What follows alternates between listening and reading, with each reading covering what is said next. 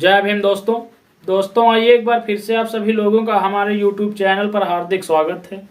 दोस्तों आज हम बात करेंगे इस वीडियो के माध्यम से इलेक्ट्रॉनिक वोटिंग मशीन के ऊपर।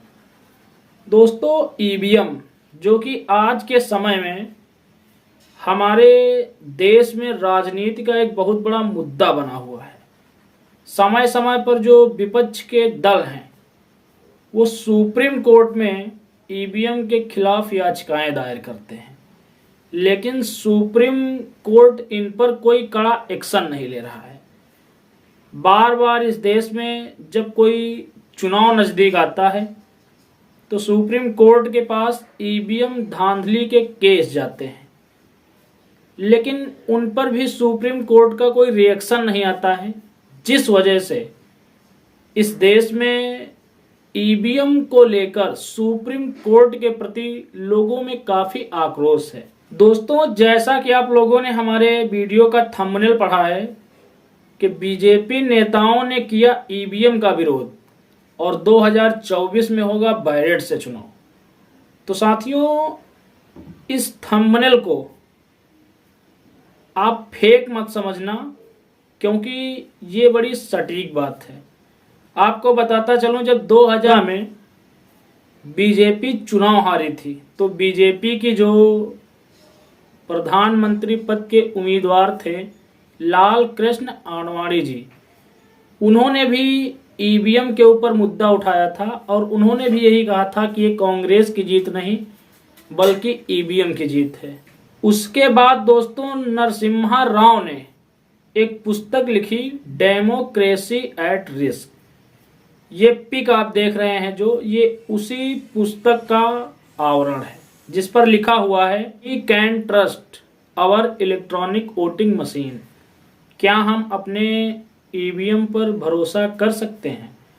दोस्तों नरसिम्हा राव ने अपनी इस पुस्तक में लिखा था कि ईवीएम में छेड़छाड़ संभव है, हम उस पर विश्वास नहीं कर सकते हैं। फिर इसी पुस्तक के आधार पर EVM expert professor David Dill ने भी ये व्याख्यान किया कि ईवीएम एक इलेक्ट्रॉनिक मशीन है जिसे कभी भी हैक किया जा सकता है। दोस्तों उसके बाद जो 2014 में चुनाव हुआ उसमें भाजपा एक बार फिर से प्रचंड बहुमत के साथ मोदी लहर में सरकार में आई। उस समय साथियों ईवीएम पर किसी भी प्रकार का किसी भी राजनीतिक दल ने सवाल नहीं उठाया, लेकिन ज्यों-ज्यों इस देश में चुनाव होते गए भाजपा पूरी तरीके से इस देश में मजबूत होती गई। भाजपा की मजबूती को देखकर इस देश के जितने भी विपक्षी दल थे सभी ने ईवीएम के खिलाफ एक जंग छेड़ी और सुप्रीम कोर्ट में जाकर याचिकाएं दायर की, लेकिन सुप्रीम कोर्ट ने इस और कोई एक्शन नहीं लिया। साथियों विपक्ष का हर एक नेता ये चाहता है कि 2024 का लोकसभा चुनाव ईवीएम से ना होकर बैलेट से हो। उस पर बीएसपी सुप्रीमो मायावती जी ने भी सीधे सीधे स्टेटमेंट दिया है। ये क्लिप आप देखें। उन्होंने कहा है कि लोकसभा का चुनाव ईवीएम से ना होकर बैलेट से कराया जाए। कांग्रेस ने भी दोस्तों ईवीएम का विरोध किया और उन्होंने भी ये मांग की है कि जो 2024 का लोकसभा चुनाव है वो बैलेट से कराया जाए। उद्धव सेना के लीडर संजय राउत ने भी इस चीज का विरोध किया है कि चुनाव ईवीएम से ना होकर बैलेट से कराया जाए। साथियों विपक्ष के सभी नेताओं ने चुनाव से पहले सुप्रीम कोर्ट के पास ये याचिका पहुंचाई है। दोस्तों इस विषय पर अभी हाल ही में सुप्रीम कोर्ट ने चुनाव आयोग के द्वारा दिए गए स्पष्टीकरण के आधार पर यह फैसला सुनाया है कि ईवीएम पूरी तरीके से श्योर है, इससे किसी भी प्रकार की चुनावी धांधली नहीं हो सकती। दोस्तों चुनाव आयोग ने सुप्रीम कोर्ट को अपने स्पष्टीकरण में लिख के दिया था कि जो विपक्षी दल हैं वो बराबर ये आरोप लगा रहे हैं कि ईवीएम में धांधली कर चुनाव आयोग भाजपा को इस देश में चुनाव जितवाता है।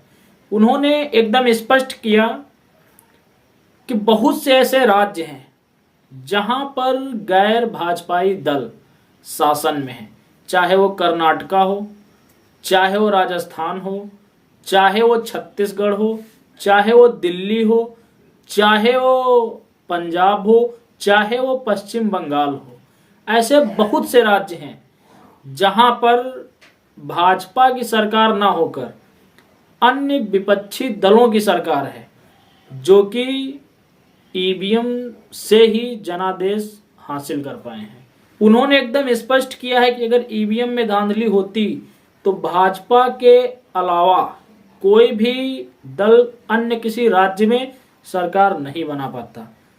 दोस्तों, ये फैसला है सुप्रीम कोर्ट का चुनाव आयोग के स्पष्टीकरण के आधार पर। वहीं आपको बताता चलूं, देश भारत के एक बहुत बड़े इंजीनियर सैम पत्रोदा, जिन्होंने ये कहा है कि अगर ईवीएम उनको 1 साल के लिए दे दी जाए तो वो ईवीएम को हैक करके दिखा देंगे, जबकि सुप्रीम कोर्ट ने चुनाव आयोग के स्पष्टीकरण के आधार पर यह कहा है कि चुनावों में ईवीएम के द्वारा किसी भी प्रकार की धांधली नहीं होती है, ईवीएम एकदम श्योर है।